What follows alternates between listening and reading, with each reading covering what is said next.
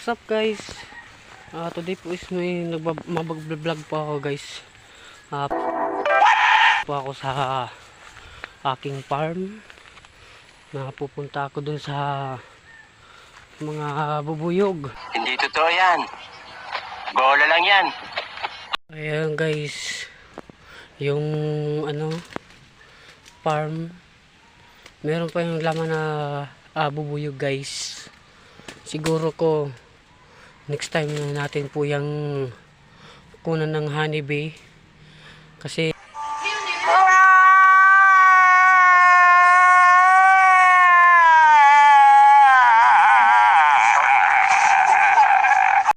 guys, ito yung dinadaanan ko sa ngayon.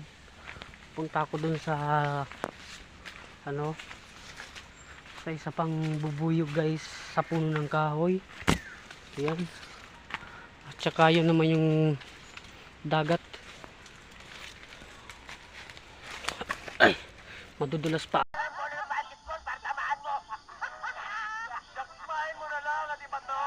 Medyo bakilid yung daanan dito kasi dito dagat kasi, tsaka maraming nyug dito at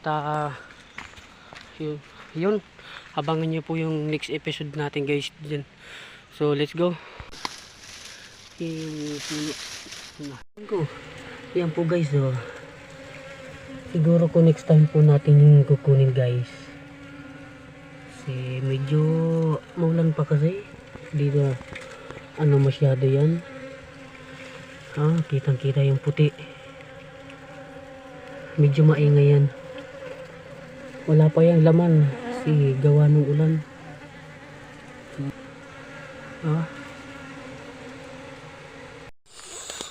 Nandito po yung pangatlo.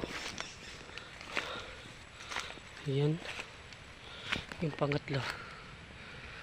Nasilip na yung mga tao dyan.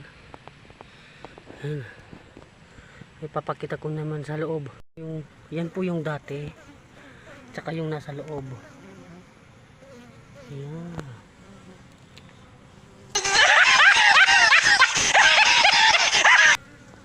Mahaba na yan siguro.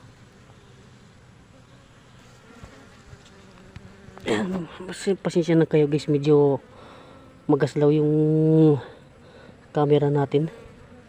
Yan, daming tao. Yan, ang bango. Siguro ko next time na natin yung kunan ng honeybee kasi gawa nung umuulan. So maraming bulaklak na rin yung avocado sa ngayon. Siguro next time na natin yung kunan. So guys, pauwi na po nga pala ako.